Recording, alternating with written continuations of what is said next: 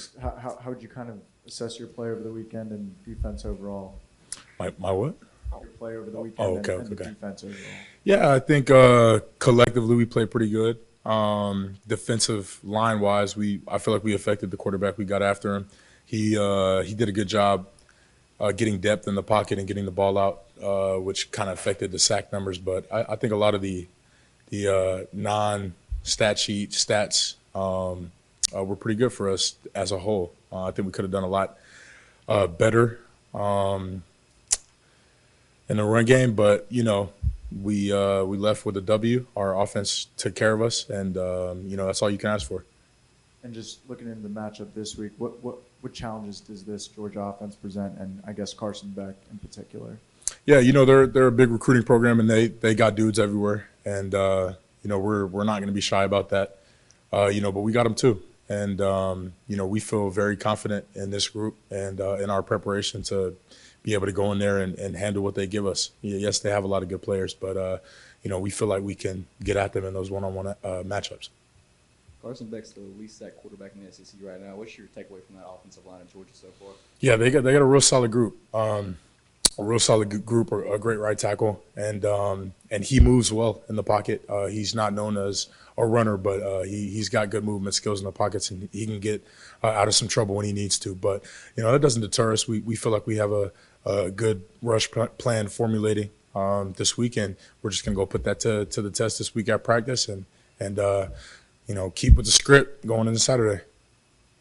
Jared Caden was in here a minute ago saying that after the game Saturday that some of you guys are looking at each other like, hey, we have a chance to go do something, get to the college football playoff, that kind of thing. Now that this opportunity's here, kind of what is your approach to it?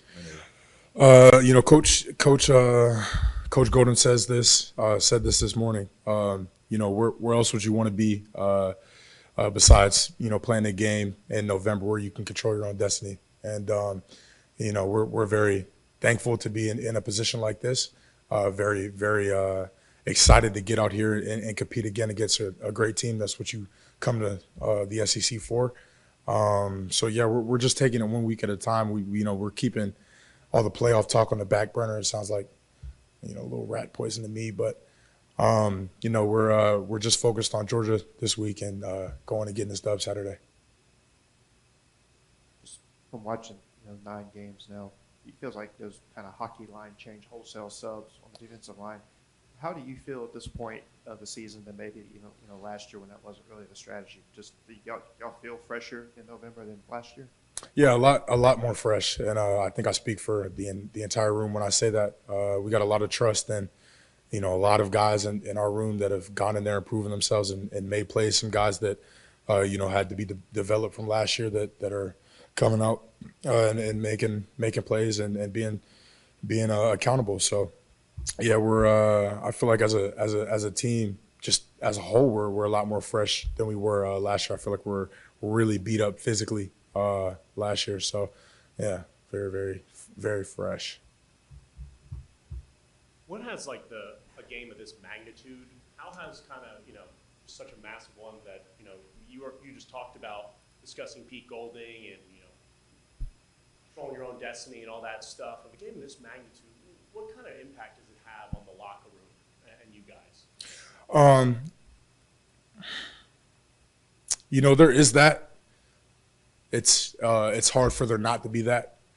But that's not the way we run this program. That's not the way we go about things. I feel like in this program, I feel like we're a group full of week to week guys.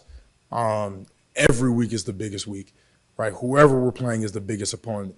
Every week is the biggest game, and we don't feel like it's because of the opponent. We feel like it's because of us.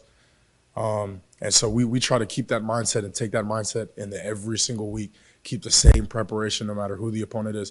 The opponent could be nobody, and we're practicing just as hard as we are during a week playing a game as we are on bye. So, yeah, just keeping the main thing, and keeping stuff rolling.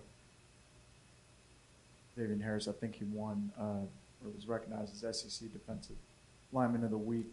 Just besides his length, obviously that helped with the field goal block at the end. What else does he bring to the table for this defense? Yeah, Zay's got an unbelievable motor, unbelievable work ethic.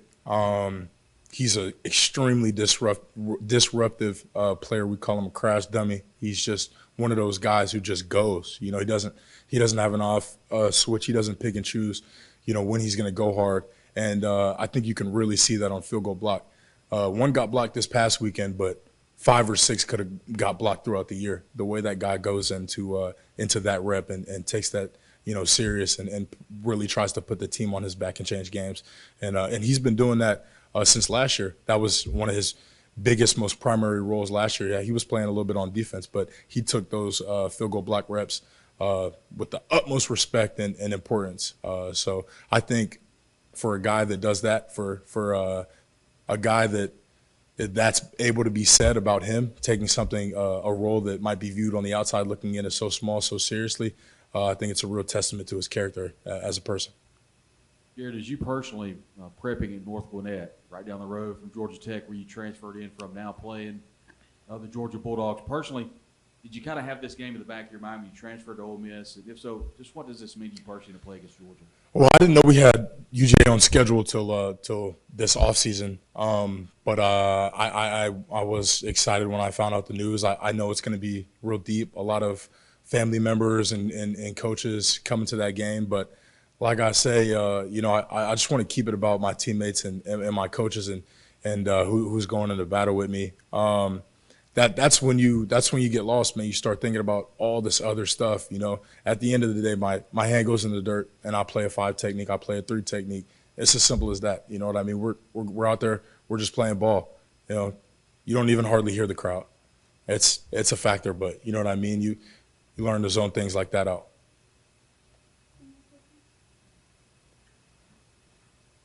Jared, being from Georgia, you know, we hear about the state of Florida, all the talent in high school, all the state of Texas, tons of talent. But you look on our team, we got a bunch of Georgia guys, a bunch of Georgia guys on a lot of teams. Just your evaluation of that state in general from a high school standpoint. Yeah, I feel like we get into that argument a lot in the locker room about who's got the best talent. And for some reason, I feel like Georgia always wins. I don't know. I could be biased. I don't know.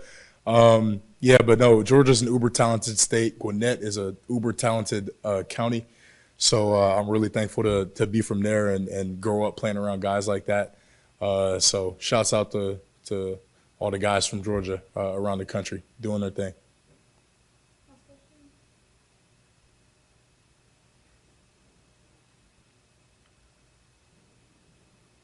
Jared, how do you approach preparing for an offensive line with, I guess, the athletic pedigree of what Georgia's going to throw at you?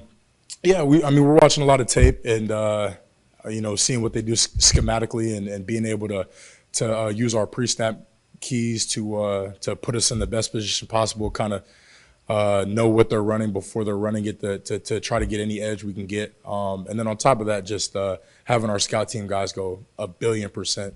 You know, that's the biggest factor that plays into these games is how hard those guys go throughout the week and the type of look we're getting throughout the week going into this Saturday.